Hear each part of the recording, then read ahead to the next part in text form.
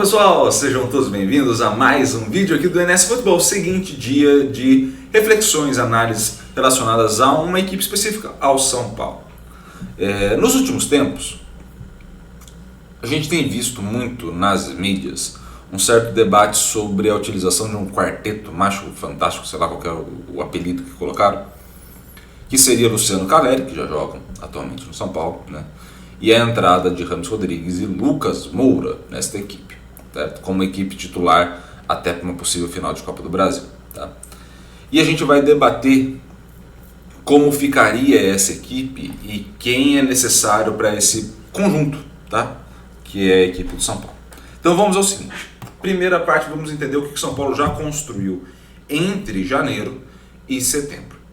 O São Paulo construiu a seguinte equipe base: Rafael no gol, Arboleda e Beraldo na zaga, também Rafinha e Caio Paulista, ali no meio campo Pablo Maia e Alisson, Luciano mais à frente, Nestor, Calleri e Wellington Rato, tá? Então essa é a formação que está aí na tela, é a formação base do São Paulo antes da chegada dos dois, antes da chegada do Rames Rodrigues e antes da chegada do Lucas. Tendo dito isso, vamos entender a área de atuação de cada um desses jogadores em cada uma dessas posições, tá? Então temos aí os 5 defensores do São Paulo. Temos a área de atuação do Rafael, a área de atuação do Rafinha, do Arboleda, do Beraldo e do Caio Paulista. Todas as áreas de atuação que a gente vai mostrar nesse vídeo são pautados no SofaScore, tá? Então é lá que você vai ter essa informação mais detalhada. Então vamos entender o seguinte: se a gente for tentar entender o caminho feito, né, pelos jogadores, você tem uma área de atuação do Rafael basicamente centralizada na grande área, na sua própria grande área. Você não vai ter grandes faixas de atuação mais à frente. Ele não vai funcionar como um líbero, por exemplo, um homem a mais ali na zaga. Basicamente ele vai ser o último desafogo da equipe de São Paulo. O Arboleda vai cobrir essa grande área aqui, que tem essa intersecção com o Rafinha. Ele vai cobrir essa grande área, por quê? Porque ele vai centralizar um pouco mais. Ele não vai dar profundidade para a equipe. Então, quando o São Paulo for atacar, você vai ver que o São Paulo, por vezes, vai formar uma linha de 3 nessa zaga, com o Beraldo um pouco mais à frente, pela esquerda, o Rafinha um pouco mais fechado, centralizado pelo meio, e o Arboleda centraliza um pouco mais. Então, você tem o Arboleda para cá, você tem o Rafinha, que ele começa a jogada sempre mais aberto, e depois ele vai buscando centralizar esse movimento, principalmente estando mais próximo da linha do meio campo. Ou seja, ele não vai ser o lateral que vai atacar a linha de fundo, mas vai ser um lateral que vai organizar a equipe. Então ele vai centralizar um pouco mais para poder ajustar essa movimentação de meio campo da equipe do São Paulo. O Beraldo vai ser um zagueiro que ele vai poder subir um pouco mais. Então o Beraldo sobe um pouco mais, vai até essa faixa de campo aqui, tá? Então não vai subir, obviamente, muito, mas é aquele zagueiro que você vai ver quando o Caio Paulista tiver um problema, ele recua no Beraldo, o Beraldo recuar no Arboleda, para o Arboleda sair jogando com o Rafinha. Então você entende a movimentação do São Paulo nessa primeira linha de defesa. Quem vai dar profundidade para essa equipe do São Paulo vai ser justamente o Caio Paulista. Então o Caio Paulista é o responsável por dar profundidade pela esquerda para a equipe do São Paulo. E isso é muito importante entender, porque a discussão é justamente sobre profundidade, tá? Quando se pensa nesse quarteto atuando junto, se pensa justamente nessa questão da profundidade. Então quem vai dar essa profundidade pela esquerda é o Caio Paulista. Então fechamos essa primeira etapa. Vamos para outros 2 jogadores que ninguém imagina que vai sair, tá? Então ninguém imagina que o Pablo Maia saia e ninguém imagina que o Calleri saia da equipe. Então assim, na escolha de titulares para iniciar a partida, Pablo Maia e Calleri estarão. Estando aptos fisicamente, estarão na equipe. Então esta grande zona amarela que está aí na tua tela é a zona de atuação do Pablo Maia. Então o Pablo Maia, à frente da linha do Arboleda, é quem vai basicamente, e aí deixa eu mudar a cor da caneta, né? É quem vai basicamente cobrir essa área toda aqui, tá? Então essa área toda aqui, próxima à área, né, próxima à frente da grande área, você vai ter a atuação do Pablo Maia. Por que isso é importante? Porque ele vai ser um desafogo mais direto. Ao lado do Beraldo, que vai estar mais ou menos nessa região, você tem esse cenário onde você volta para o Maia e reconstrói a jogada, além de algumas chegadas mais à frente para a finalização.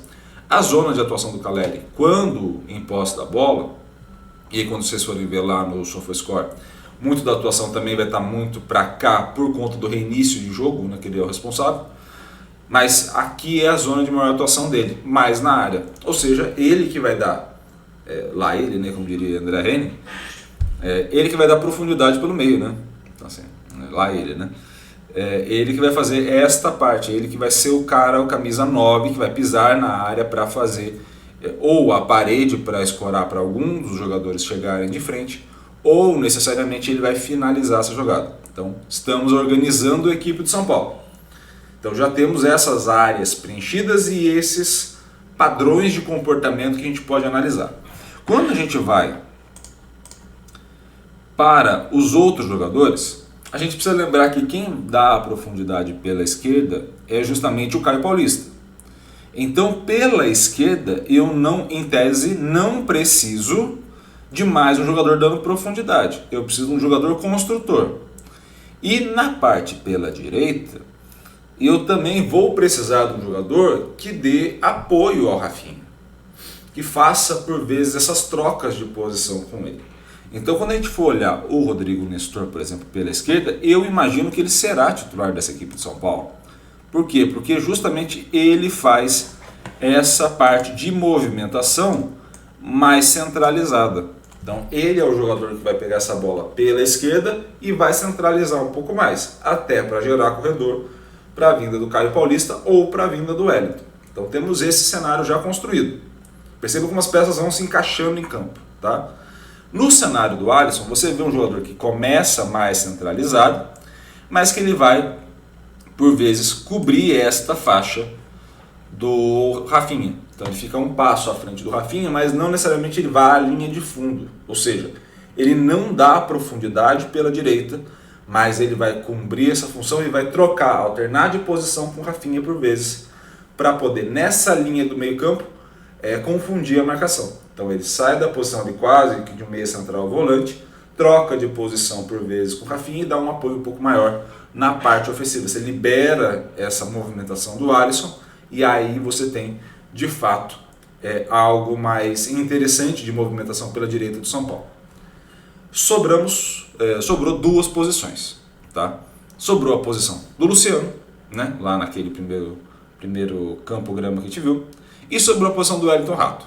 Então sobraram essas duas. Nessas posições, a gente pode ver o seguinte: Luciano e o Wellington Rato já atuando pelo São Paulo, ou seja, os dois juntos, que é aquela formação básica que a gente tem. Você tem uma movimentação do Luciano, muita vindo justamente dessa parte pela direita e centralizando, e aí podendo atacar esse espaço aqui junto com o Caleri. E você tem o Wellington Rato fazendo esta movimentação quase que em L. Então ele vem para cá e depois corta mais para o centro para a finalização. Similar ao que ele fez contra o Corinthians, tá? Para a gente pegar um exemplo bem claro com isso. Então, nesse cenário que a gente tem, perceba como nenhum desses dois jogadores dão profundidade à equipe. Não são jogadores que vão pisar na linha de fundo. Não vão ocupar essa área da equipe do São Paulo. Então, essa área, deixa eu até marcar ela aqui de outra cor, para facilitar para vocês, mas essa área que a gente está falando mais à frente, né, que é essa área aqui, essa área não é ocupada por ninguém.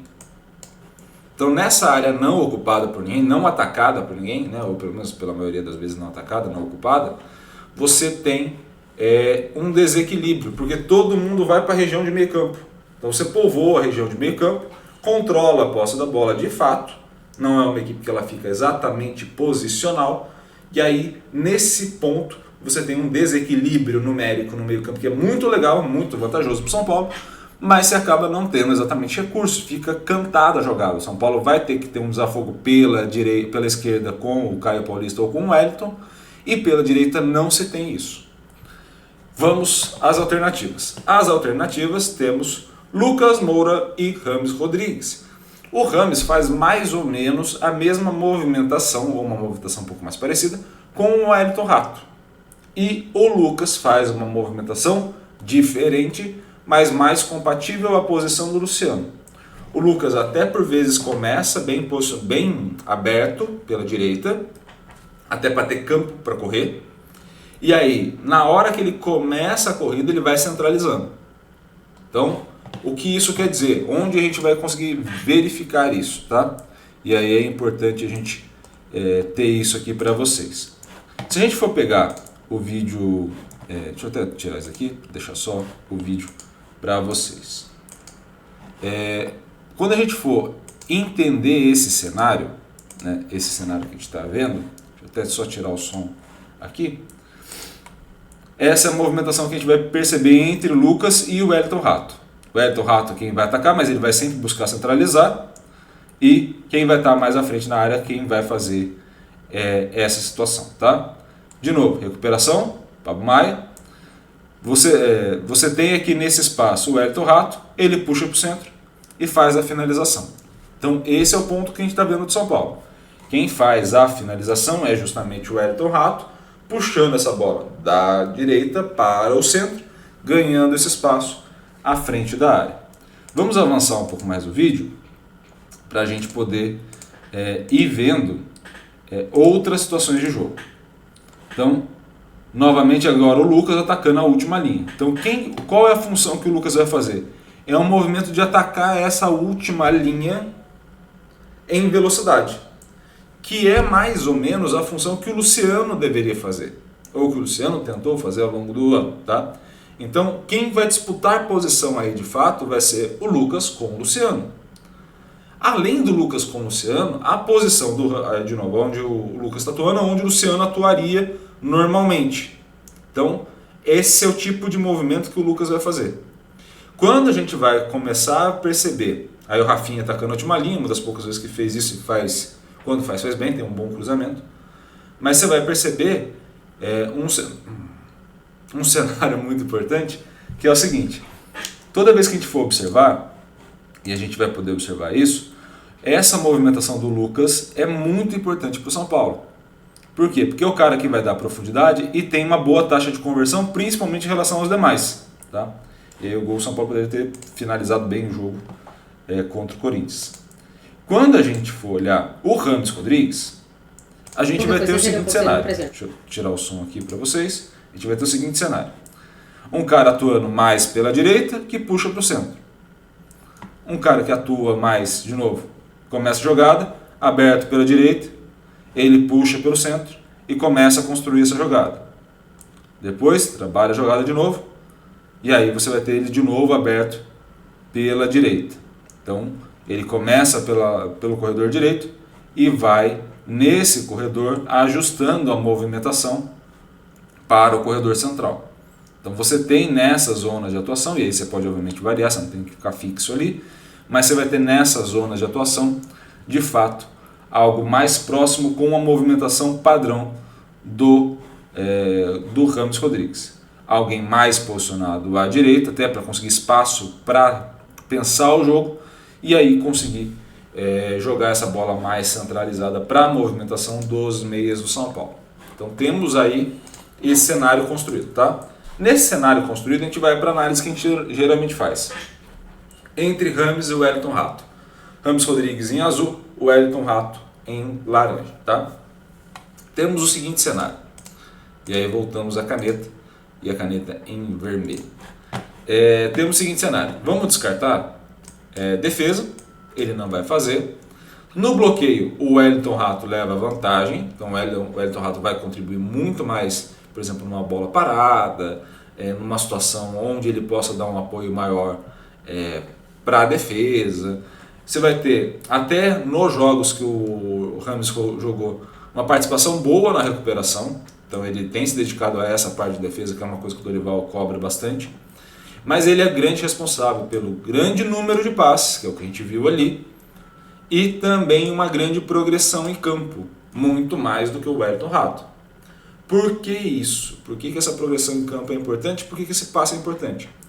Porque se você já tem um jogador no caso o Lucas, que vai ser um cara que vai pisar mais vezes na área, você não necessariamente vai precisar de 2 jogadores fazendo isso. Então, nesse cenário, alguém que encontre o Lucas nessa movimentação é muito mais interessante do que alguém que não encontre o Lucas nessa movimentação.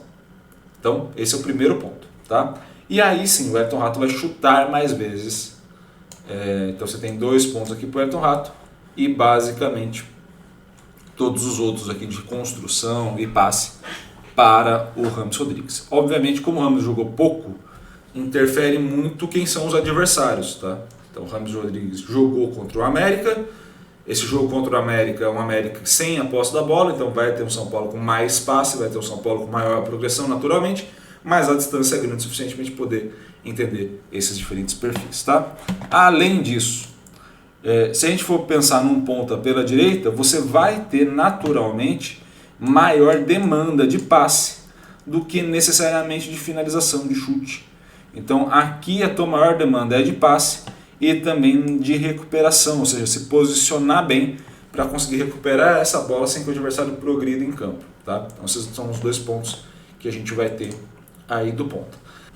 Já no caso do Lucas e do Luciano, se a gente for analisar a situação, o que modifica do posicionamento de cada um? Tá? E aí é importante a gente entender cada um dos posicionamentos que a gente vai ter.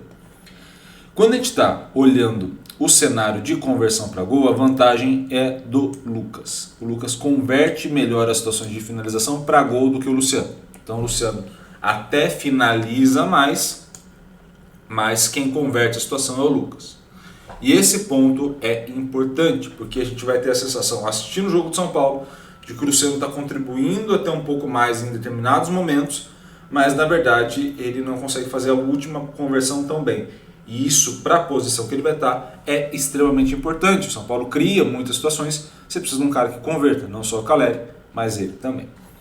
Na hora do passe, você tem o Luciano fazendo mais passes, mas perceba como essa distância do passe que você tem aqui já é nula aqui na progressão. Ou seja, você até tem um jogador que passa mais vezes a bola, como o caso do Luciano, mas tem um jogador que progride percentualmente mais, tá? Em termos de razão entre esse passe e essa progressão, quem faz mais isso é o Lucas. Ou seja, o Lucas é quem vai dar essa profundidade, é quem vai conseguir pisar mais vezes na área, quem vai conseguir atacar a última linha com mais qualidade. Além disso, o Lucas vem participando mais da recuperação do que o próprio Luciano. Tá? Também pelas características do jogo, tem poucos jogos de amostra do Lucas em relação ao Luciano. Eles não vão participar do bloqueio, né, obviamente, e também não vão participar da defesa do goleiro. Tá? Então são duas variáveis que a gente tem ali, que eles não vão participar diretamente, mas nas demais eles participam bem e contribuem de cada um de uma forma diferente. O que eu imagino que o São Paulo vai fazer, tá? E aí na demanda, só para a gente entender, a demanda de quem vai estar ali como atacante ou centroavante, mas é só uma questão de nomenclatura, é justamente converter. Mais do que finalizar, é converter essa bola para gol. E isso é muito importante nesse cenário que a gente está analisando. Eu não preciso de um jogador que vai progredir, que passe, que chute certo muitas vezes e que não converta a gol. Eu preciso de um jogador que chute, nem que seja poucas vezes, mas nas poucas vezes que chute, faça o gol. Tá? Esse é um cenário muito importante. O que eu imagino, aí olhando a perspectiva do Dorival, enfim, olhando a perspectiva da equipe, eu imagino que ocorrerá mais ou menos o que aconteceu na semifinal.